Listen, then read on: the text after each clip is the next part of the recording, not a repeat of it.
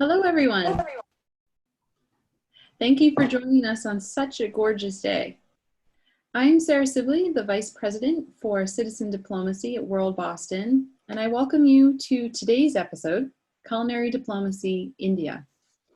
And welcome to our speakers, Dr. Krishna Kishore Nudurupati and his wife, Hema. As you may know, World Boston is an independent, nonpartisan, nonprofit organization with the mission of fostering international engagement and global cooperation. No, it's not good. That mission is particularly important during this truly global time of a pandemic, even as we practice social distancing. So even though we're at home, maybe especially while we're at home, we strongly believe that while programs may change, this mission persists. Today's event is part of our new series called International Exchange in a Time of Isolation, which is designed as part of our ongoing citizen diplomacy work and focuses on people-to-people contact and the human face of the international dynamics shaping our lives. We'll have more info about upcoming World Boston events at the end of this episode, and there are 2 more events this week. And of course, at our website, worldboston.org, you'll find registration information. We're inviting you to join us in a range of virtual activities designed to help keep us all internationally engaged. You can learn more about World Boston at worldboston.org, and we hope you'll join us, and if you can, that you'll support us too. Today, everyone but the speakers will be muted. However, we welcome you to turn on your videos. We are creating an informal and fun cultural exchange experience here over lunch. We also recommend that if you want to see all the speakers at once, click Gallery View in the upper right-hand corner. We are asking all questions today to be put into the chat box, where my colleague Meg McCarthy, our program coordinator for Citizen Diplomacy, will be helping answer those questions for you. We are not doing the raise hands function today, only the chat box. We are recording, and we will be sending recordings on our YouTube channel in an email follow-up. We will also provide the pre-recorded recipe videos and the written recipes in the aforementioned email. Now I'll hand over the proceedings to my colleague Josh Bruno, Manager for Citizen Diplomacy Programs. Thank you, Sarah. Good afternoon, everyone. I have the pleasure of welcoming our audience to the 3rd Culinary Diplomacy Program event, which is part of our ongoing series, International Exchange in a Time of Isolation. Today's event features one of World Boston's Fulbright Visiting Scholars, Dr. Krishna Kishore Nudurupati, joined by his wife Hema. The format of today's event will be a little bit different from our previous culinary diplomacy events. Previously, our host simultaneously cooked 1 main dish while answered your questions. Today's event is a little more complex and comprises of 3 fluid stages.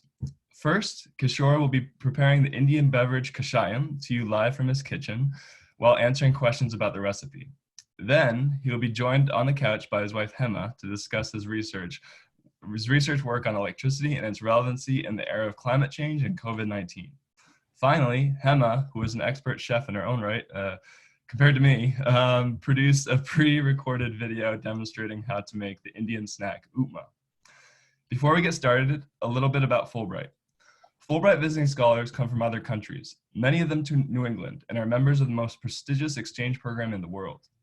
To supplement their research and teaching that they perform during their time in the United States, World Boston organizes enrichment activities that are designed to introduce the scholars to culturally and historically significant aspects of the region.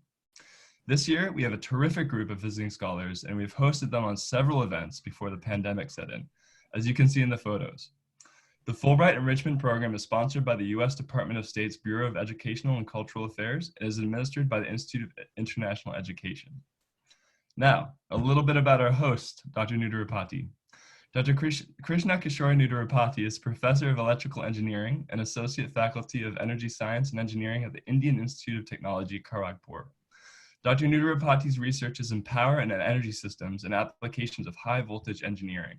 He has published more than 40 papers in national and international journals and presented more than 100 talks at various national and international conferences. He has also recorded online and video educational materials himself, so he's really the expert here. Dr. Nudurupati is currently residing in Sunderland, Massachusetts, and is teaching senior undergraduate students at UMass Amherst a course on electric power systems and co-teaching, along with American colleagues, a graduate course on smart grids. Apart from teaching these courses, he is also working with local power utilities to understand the practices followed in the fast-changing electric power sector. Finally, Dr. Nudurupati is engaging with the local community and sharing his expertise in Vedic heritage. He's introducing India, offering seminars and lectures at other universities, and initiating collaborations and cultural exchange programs between India and the United States. All right, Kishore, let's get started. Good morning. Good morning. Are you in your kitchen or traveling there? Yeah, I'm in the living room. We'll move to the kitchen now. We'll look at how we're going to make the... So, yeah, Kashayam, right? You can see. Perfect. We're going to make Kashayam. Kashayam is an Indian beverage, essentially a decongestant. And the main ingredients are ginger. This ginger root, I'm going to pound it.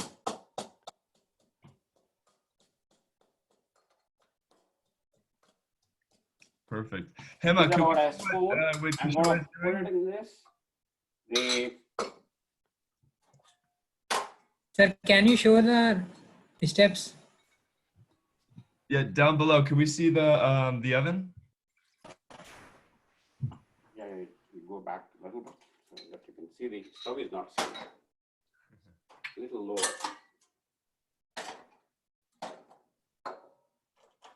Yeah. Now I put the water and keeping it for boiling. Perfect. Yeah, there it is. Keeping it for boiling, and I'm going to add pepper, ground black pepper. In a beverage. And this is approximately 1 teaspoon I'm going to add here. And about half a teaspoon of turmeric powder. Turmeric is considered to be antibiotic. And in fact, we're going through a very difficult and trying times. And immunity is one of the major requirements. And this is prescribed in the Ayurveda. And our Indian Health Ministry has, in fact, suggested to have such decoction or decongestant. It is an immunity booster, also a bowel regulator, and typically it's had as the first thing in the morning.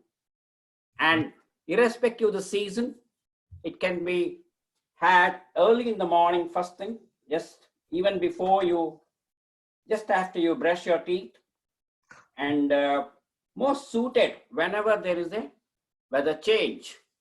A weather change. So, yeah. So, any questions, Josh? Yeah, no, I got tons of questions. So I'm just wondering if, so you're from Eastern India. Is this a drink that's regional? Can you find it just in Eastern India? Or? No, it's, I would not say it is regional. As I said, it is from the Vedic tradition. It's all across the country. It really doesn't matter whether it is north or south or east of India. All across the subcontinent, it is used. Okay. And it's never caffeinated? It's never caffeinated. Like Thai tea. Okay. You can call this as a modified form of a ginger tea. Ah, okay. So Kashayam, okay, ginger tea. That's pretty popular here. I like. So now this needs to boil. It is coming to a boil. Once it boils, we filter this out. Once essence of ginger gets in, once it boils, we filter this, and just before drinking, we add few drops of honey, and at times, some of us even add the lime. Lime. Was it drops of lime? You can see that it is boiling. Yeah. Wow. I'm not sure whether you're able to see that, but it's come to a boil. I'm That's great. Yeah. yeah. Only when it boils, the essence gets in. And what about, where did this beverage come from? Why is Kashayam important in India? It's from a very long tradition. It's come from the Vedic traditions. It's quite prehistoric in that sense. Okay. All right. Wow. Okay. So now it's tending to boil. So what I'm going to do is I'm going to switch off the stove, wait Yep. for it to settle a little bit. The entire extract will get in. Then I'm going to filter this out. Okay. I'm curious to see what it looks like.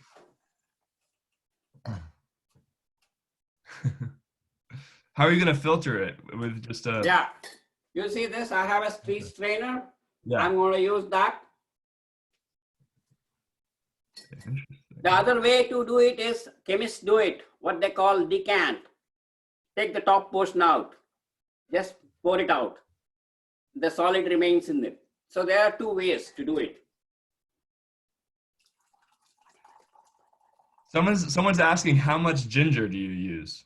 Yeah, I told you it's about crushed ginger, about 1 tablespoon is what I have taken for 2 of us. Okay. It's going to make 100 ml. And this is for 2. So this quantity is for 2 people. Yeah. Then you can have a look. This is the ginger I have taken for 2 of us. It's about 1 tablespoon ground fresh ginger. I mean, it's chopped and crushed in the mortar and pestle. You crush it. All right. And this is obviously served hot, or do you wait until it gets cold? It is served hot. Okay. Typically, it's at least it has to be warm because. So I'm putting the honey at this point of time. So this particular bottle here, what we get locally, has the advantage that it has an opening where it gives out in terms of drops. So we give about 4 drops for 50 ml. Yep. And of course, you can, if you are not very particular about sweet taste, you can put less number of drops because some of you who are not so comfortable with sugar or sweet taste, so you can do that. So this is the kashayam is ready. Ah, let me see it. Yeah. Okay. So it's kind of like a red color. That looks delicious. Yeah, it's yellow color. Yeah. So how about let's move over to your living room. We'll move over to the take your computer table with you. We'll continue to use the webcam.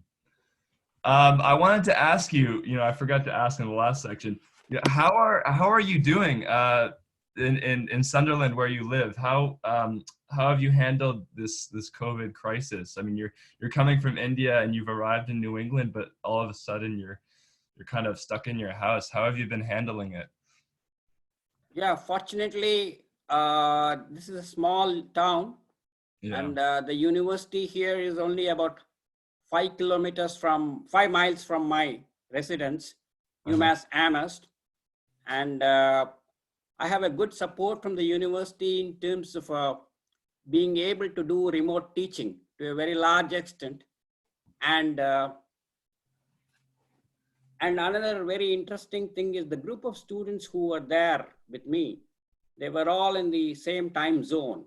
So I could take live classes rather than, although the classes were getting recorded, the advantage was they were all the time available for me to discuss.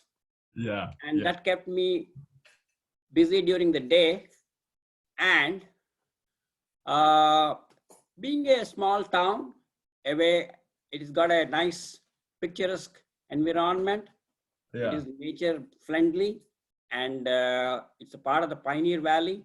So we have nearby, we have the Sugarloaf Mountain from where we could see the entire valley.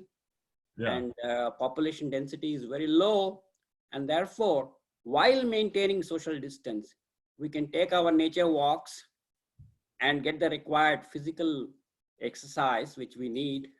course. And fortunately, the frontline workers have been working, and we've been getting our groceries and things delivered at home. And good communication network has enabled us to keep in touch with our family back in India. I was going to ask you, how is your family doing in India? Yeah, our family is scattered all across India. We have my mother is there in the center of India in Hyderabad. She is 80 years old. She's alone, and we've been touching her every day over the telephone. And then I have one of my brothers in the capital city in Delhi. The other brother is in Calcutta. In fact, Calcutta has been going through a crisis last week with a cyclone, which is termed a super cyclone, right, coming after 250 years. And therefore, there was no power. And in fact, that's why we were supposed to catch a flight on 30th May, which is not going to operate. And we're waiting for an evacuation flight to be available. Could you remind me, are you going back to India at the end of May? Yeah, my original plan was to go back on May 30th. A lot of the Fulbright scholars. Right now, the IIE and the USAF are arranging alternate travel plans. So we hope the first week of June, there will be a flight from New York to Calcutta. So that will make us. Back home. And otherwise, this place has been good. And fortunately, power and telephone and network have been cooperating. Good. And my wife is here. She's supporting me. And in fact, our daughter is a graduate student with UMass Amherst. And for us, the house has been set up by her to begin with. That's been a very good thing. Although she is right now on an internship in Lowell. It's about 70 miles from here. Yeah. So although we have been here so near and so far because of the COVID, so we only of late after the curve has flattened, we've been able to meet her. Great. Yeah. Lowell, I'm very familiar. I'm from Andover myself. It's a beautiful city. No, but the university has been cooperating, and I've been able to do that. And I, in fact, would like to say that I'm using the book by an author who happens to be my classmate during bachelor's. Oh, wow. Who is a top consultant in the North American continent, living in Seattle. So we've been discussing together about the technology and how the technology is evolved in this continent. And he is also representing on a committee which is trying to advise the government of India on smart cities development. Perfect. That's a great transition because I want to talk to you about electricity. You are the expert in high voltage systems, electric systems, and I want to grill you about forms of energy. And you say that electricity is a very clean form of energy. It's one of the cleanest, but what sets it apart from other forms of energy? And then while you're at it, could you explain the difference between an electric grid and a smart grid? Because we're all transitioning to a smart grid. And could you just expand on that a little bit? Yeah. Now, if you look at our need for energy comes in three forms. Primarily, I as a power system engineer would say, one is to be able to work round the clock, which calls for having light when sun is not there. So that's the first one. Second one, depending on the weather conditions, you would like to be comfortable. See, 25 degrees Celsius, or other words, you say about 77 degree Fahrenheit is the comfort temperature. So you need to have cooling or heating. And the third thing is, over the years, humans have learned to make the food, cook the food, not eat as it is available in the nature, which means, and you also use energy for moving from one place to other. So you have, if you look at electricity is being used for operating machines, providing lighting, heating and cooling. And we've been using petrol or diesel for our transportation. And we have been using, in order to get this, using either coal predominantly. If you take the worldwide, the most common form of the fuel that is used to generate electricity is coal, which is a fossil fuel based energy, and it is highly carbon intensive, and therefore it cannot be it is not so clean. When I say clean and a clean form, at the user end, it's quite clean. It does not give any emissions. Right. It helps you to operate with little discomfort. And over about 100 years plus, we've been using electricity. In fact, it is believed that one of the greatest gifts of science is electricity in the 19th century. And we have known how to control and use safely. At the flip of a switch, you can operate a machine, you can switch on a light or have the heat controlled in a room or warmth managed. So this is what I say. Now, the word smart grid was perhaps first coined with the 2003 blackout in North America, with the northeastern part of the US. In fact, there are many colleagues in the department here who remind me about that blackout. They say, you don't know, power is not reliable. We lost power for a long time. Okay, so that's now what is the reason why? You need to monitor and control complete system. Now, in early days of the grid development, we looked at monitoring the electricity only at very high voltages, which transmission level, which is the bulk power distributor. While with the developments in communication technology and electronics technology, which is becoming cheaper and cheaper as time progresses, we have got a means of monitoring and controlling even up to the end of the feeder in the near a customer end. And so this way of able to know where the power is going, how it is going, how to use it efficiently is the major aspect of a transforming electric grid into a smart grid. And in this respect, when you do this, what it means is we're trying to monitor even the distribution system. If you look back, even as late as 1990s, none of us around the world paid much attention to the distribution systems. It's only around 1990s, the power engineers started paying attention to the distribution systems, and that brought in the concept of deregulation, competition between and energy being a commodity, it has also started participating in what we call as markets. Right. Now, all this needs information and the data. As we are seeing in the current scenario where the so-called pandemic is progressing, we are able to do this based on the actual data that we are getting. Otherwise, the models had predicted much larger calamity for US of A compared to what we are seeing today. So therefore, the smart grid essentially amounts to, and one of the major components which enables this is a smart meter at the user end. Smart meter installation is what is going on around. And in fact, we are not lagging behind in India, I would say, because we recognize these requirements when we had the 2013 great blackout, where half of India was disconnected from the grid. And that was a point when we did not have a single grid. We had regional grids into 5 regions, which subsequently has become a one grid. In fact, we say it is a Indian grid. We don't call it by this region or that region.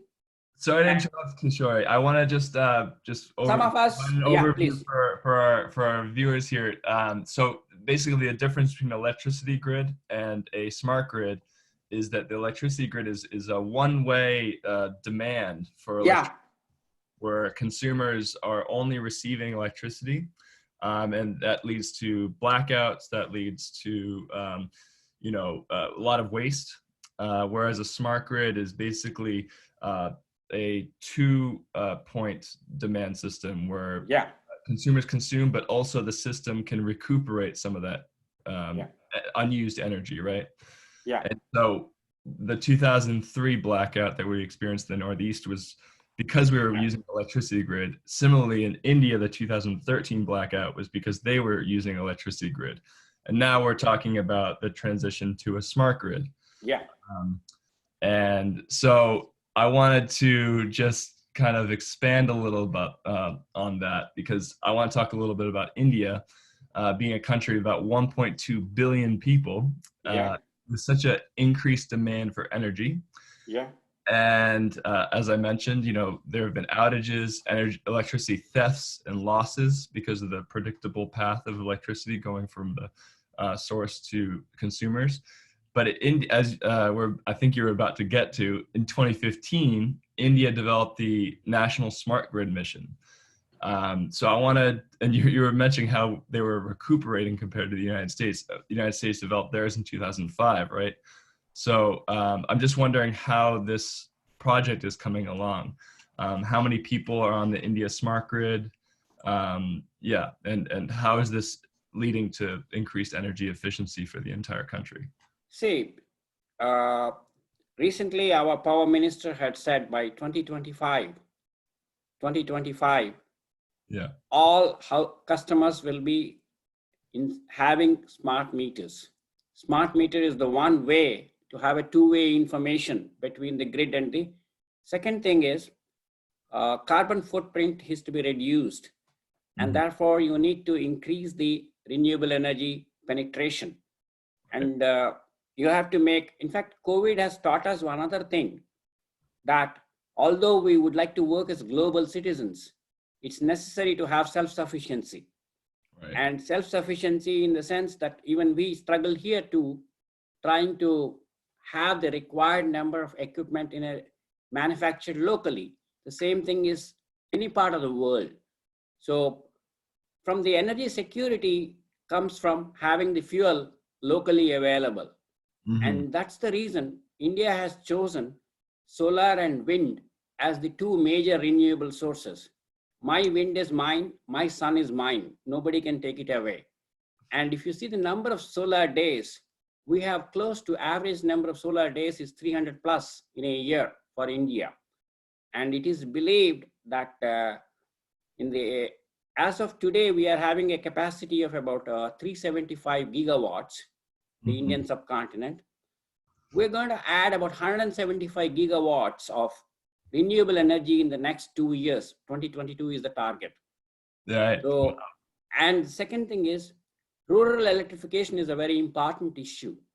And energy efficiency is a criteria to be able to make feed, considering that the population density is very high. So there is a mission called Ujala, meaning, see, for a very rural person, the power availability is if a lamp glows. First thing minimum he needs is a lamp and a fan. And so the government of India is distributing what are called as the energy efficient LED lamps to all across the villages. Wow. And so these are, so we, that is one thing.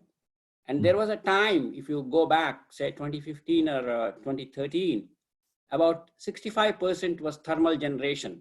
And I was looking at the data this morning. Over the last 2 years, we had to step down the thermal generation by about 20%. Why did we step down? That's because there has been an increase in the renewable energy penetration. Right. Yeah, I mean, that's certainly, India ratified the Paris Climate Accord, and so that kind of reflects their commitment. And the other thing is, we have apart from this, the National Mobility Mission has come, which is trying to take care of the clean energy in the sense, trying to move away from petrol or diesel driven way transportation to the electric mobility. But electric mobility is not easily accepted by the community. Therefore, as a interim, we go in through a hybrid electric vehicles, which have both the thrill of the petrol engine as well as the efficiency of electric mobility. Okay, wow. So that's the private industry creating hybrid vehicles, government programs distributing LED lights, and transitioning to more renewable sources of energy. Fascinating. And how do we monitor this, such a large grid? This large grid is monitored by having what are called the phase measurement units, which have been placed to a very large number. In fact, post grid failure in 2013, we have tried to install large number of PMUs across.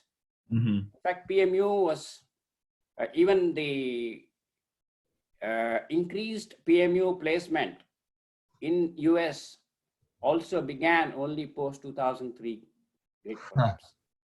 Wow. All right, so we're right on time. So I'm sorry, I'm feeling. This has been very insightful. So I'm gonna ask my colleague. Oh, let me spotlight myself. You guys cannot see me. So I'm gonna ask my colleague Sarah to load a video demonstration, because after all, this is a culinary diplomacy event. And we want to show everyone how to prepare the snack upma. Oh boy, I've lost my notes. Oh boy. So during this session, all right, sorry. For those who joined us late, a reminder that mics and videos are going to be muted, but I will be taking questions during the video using the chat option on the toolbar below, where it says chat. Please leave your question, and I'd be happy to repeat it aloud. Kishore welcomes questions about both his research as well as questions about the dish. So feel free. I do see a couple of questions that people have asked. So as I said, Sarah is going to pause the video at certain points, and we can just forward those questions along to Hema and Kishore. Okay. Sarah, do you want to start the video? Is the volume up?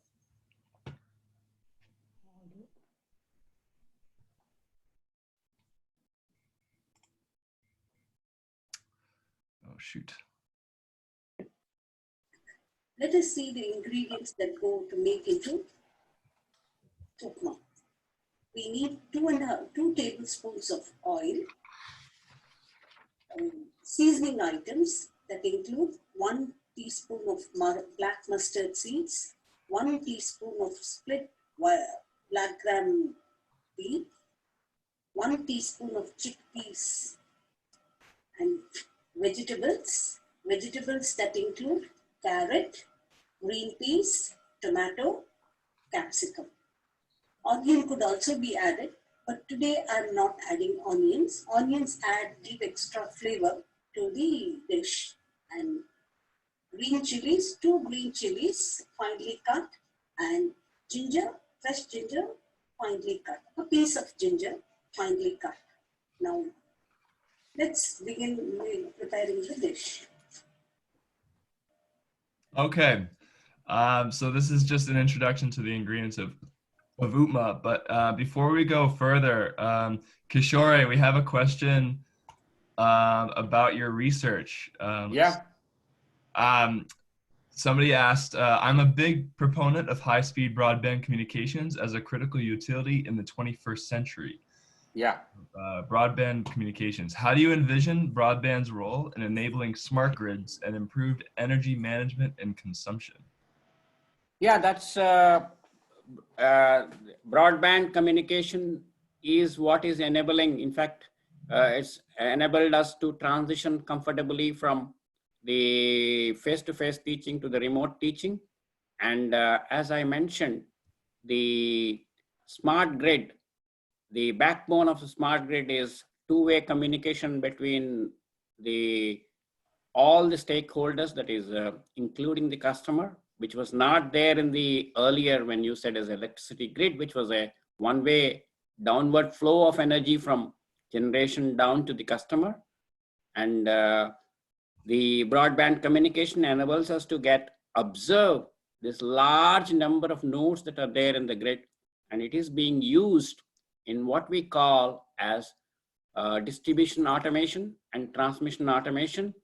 And the very important thing is there are assets on the transmission system which need to be monitored and maintained, and a health monitoring calls for having large number of sensors with a large amount of data, and broadband data will enable us to get information at smaller intervals of time, which gives us much better. In fact, we see that any predictive technique improves with the larger the amount of data that is available. Okay, great. I think we have a couple more questions, but we want to spread them out a little bit. So Sarah, if you could just start the video again. We have a pan, a preheated pan, which is called as kadai in India. This pan is heated. It's heated on a medium flame. Now the pan is heated. I pour the oil, 2 teaspoons, 2 tablespoons of oil. Pour the entire oil. Since the pan is already heated, so oil becomes hot relatively quickly. Now I add all the seasoning items that comprise of mustard, black gram pea, and chickpea. And let's wait for the mustard to splutter. And of course, I forgot the most important ingredient. Apart from the seasoning and the vegetables, we need semolina, or suji as it is called. Semolina is essentially an extract of wheat, and semolina comes in various grades. The coarser variety, the finer variety, and in coarser variety too, you have grains that are larger, and then grains that are a little less larger. So this is 1 cup, approximately 200 grams of semolina, and for this we need 2.5 times water. The measure in which I have taken semolina, 2.5 times that measure of water.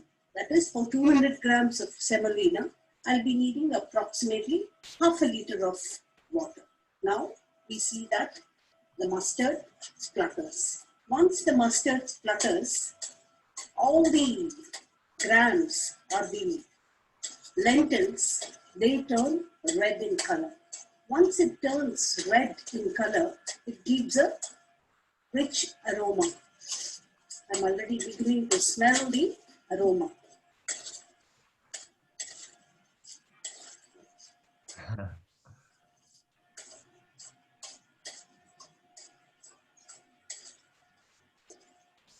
$200 grams of semolina will serve 2 people, or it can order 2 or 3 people.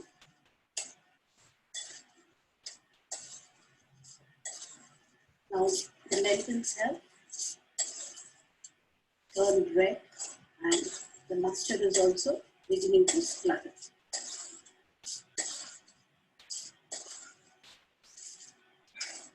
You can see the red color of it.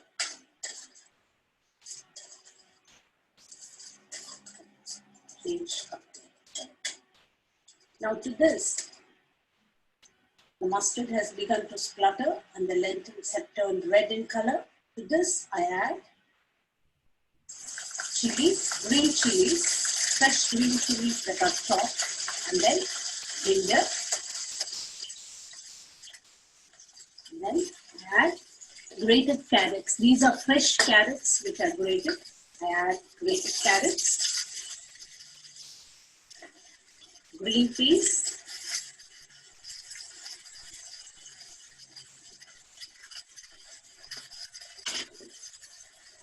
and then the capsicum. We reserve the tomatoes for a little later. And these are stirred. Okay. Oh, let me spotlight myself. All right. Wow. All right. That looks, and I can imagine it smells delicious. What I wanted to ask, this is a quick question that you can answer, I'm sure, pretty quickly, but it's such a long list of ingredients, very detailed. And I'm just wondering, during your time here, if you've ever wanted to create Upma yourselves, have you easily encountered the required ingredients in a supermarket, say? How about like more complex things like curry leaves? No, the ingredients are they are available. They are available in Indian stores, Chinese stores, especially the mustard and the split grams. The whole grams are available as they are available in local markets as well. But for mustard and the split grams, you have to visit the Indian store or any Asian store, Indian, Asian, Bangladeshi. That would give you all. You could get the ingredients there. Good to know. All right. I'm trying to think of any Indian stores in my neighborhood. Anyway, Sarah, if you could start the video again, that would be great. Thank you.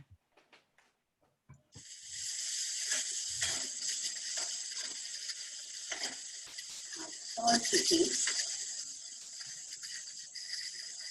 200 grams of semolina will need about 2 teaspoons of salt. So I add a pinch of salt now that the vegetable is cooking.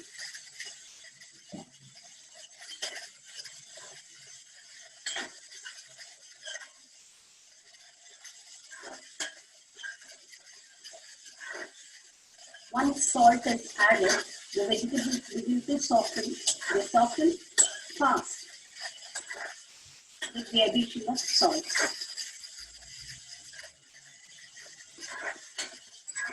I keep them covered for a while so that the vegetable cooks a bit.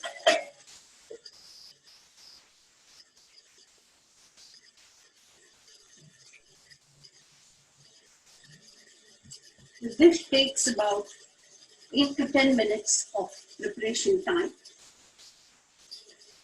Tomatoes are added later because if tomatoes are added in the first instance, the vegetables do not cook fast.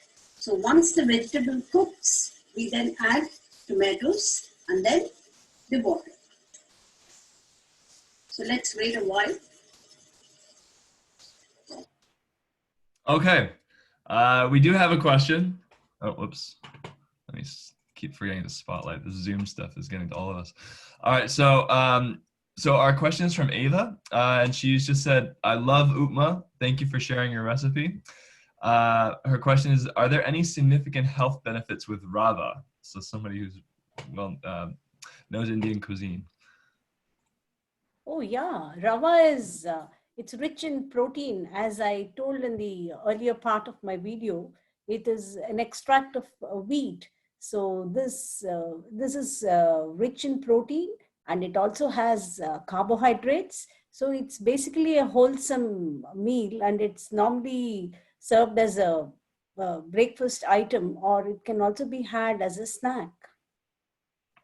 Okay. All right. Breakfast item, snack. Seems like there's quite a few uses. I don't see any other questions yet. So Sarah, if you'd like, one just came in. It says, ma'am, do we use fried suji or packed one? Do you use fried suji, I guess? Oh, yes. Actually, suji or rava, the finer variety, you have to pre-roast it, or it's available in a roasted form as well. But if you use the coarser variety, there is no need to roast it. You can straight away add it. Okay.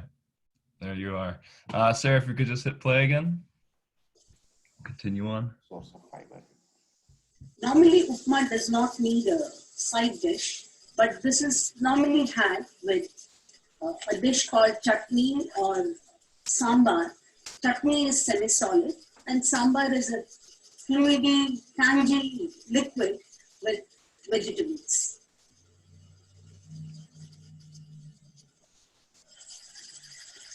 Yes. Now I see that.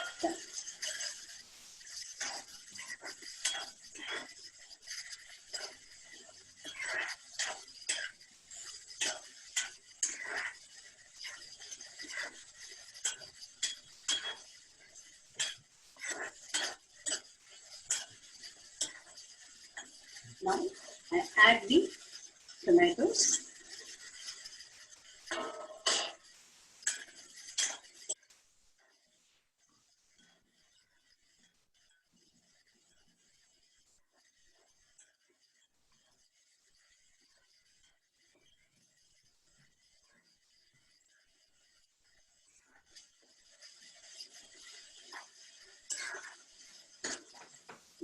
I add the water, which is 2.5 times the measure of the semolina that I have taken.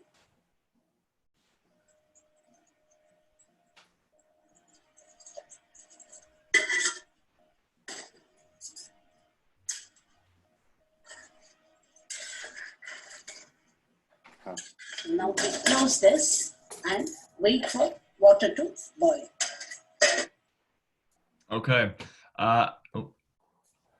I missed a question earlier on. Apologies. So Liam asks, where might you find upma in India? Is it a street food or you might, or food that you might find in restaurants? Somebody answered, but I would like to hear it from you just to confirm. All across. All across? On the street too? Normally it is available in the restaurants. It's available, as I said, it's available as a popular breakfast item. And breakfast is normally from 6 a.m. in the morning up to 10 a.m. So most of the restaurants serve upma between 6 to 10 in the morning. Okay. And yes, as Kishore said, it is also available as not as a very popular street food, but it is, in some places it is available as a street food too, but it's not counted as a street food, normally a restaurant dish. Okay. Pat also had an admin question. Okay, that's being answered. Thank you. So Sarah, we're going to start the video again.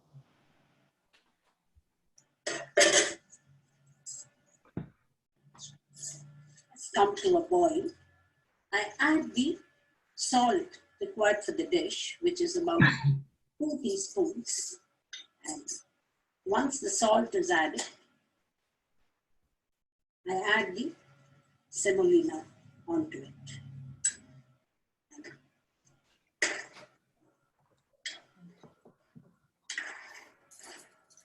This is for 1 cup of semolina. We can add 1.5 to 2 cups of vegetables to make it rich in vegetables.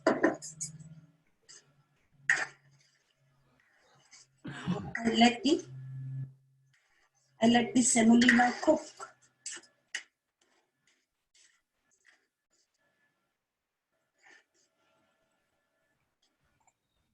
Once the semolina cooks, the grains begin to swell. They become a little larger. And now keep it closed for 2 minutes.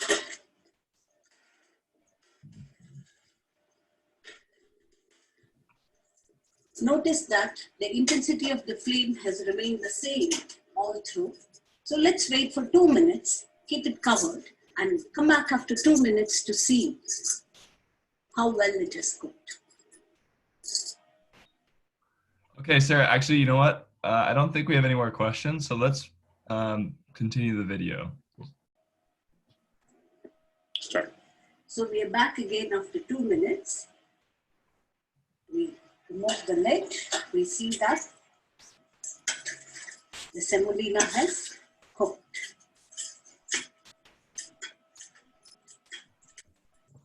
Now, let's leave it closed before we serve this. And let us quickly run through the procedure. So we use 2 tablespoons of oil, seasoning with mustard seeds, black gram pea, and split chickpea. Then we had fresh ginger, chilies, and vegetables, carrots, capsicum, tomato, peas. And then we had 200 grams of semolina, for which we used half a liter, approximately 2.5 times water to cook the semolina. So we heated the pan and put the oil and put the seasoning of the chickpea and black gram, pea and mustard. Allowed the mustard to splutter. Put the ginger and chilies. Then added the vegetables. Allowed the vegetables to cook. We added the vegetables without the tomatoes. Tomatoes, being a little sour, will not allow the vegetable to cook quickly. And once the vegetable cooked, we added the tomatoes, and then we added water, half a liter water, and allowed the water to come to a boil. Once the water boiled, we added salt to taste, about 2 teaspoons of salt for about 200 grams of semolina, and allowed the semolina to cook for 2 or 3 minutes. And all through the cooking, we kept the lid covered so that the cooking takes place fast. And now we have the dish ready. As I said, the dish can, because this contains vegetables, the dish can be eaten without any accompaniment, but nevertheless, it's a practice in India to have it with sambar or chutney. And here today, this morning, I had prepared zucchini chutney, and let's serve this with zucchini chutney. So, this is the upma with chutney.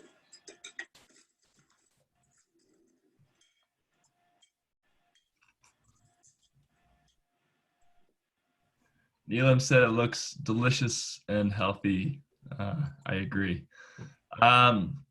So it seems that we've run out of time for questions, as we want to respect everyone's schedules and wrap up within the hour.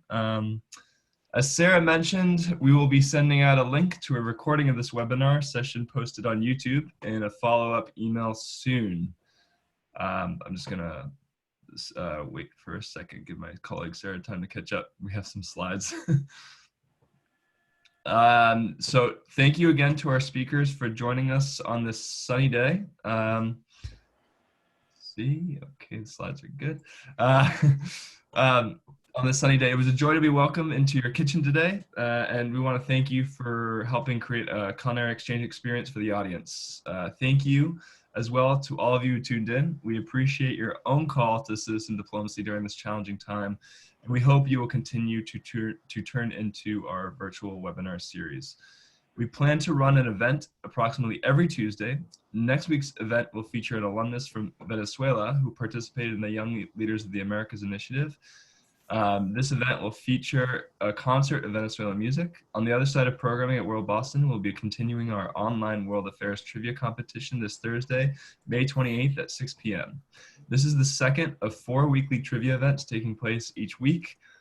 And registration is now open, and you can reserve your spot by visiting the events page on our website.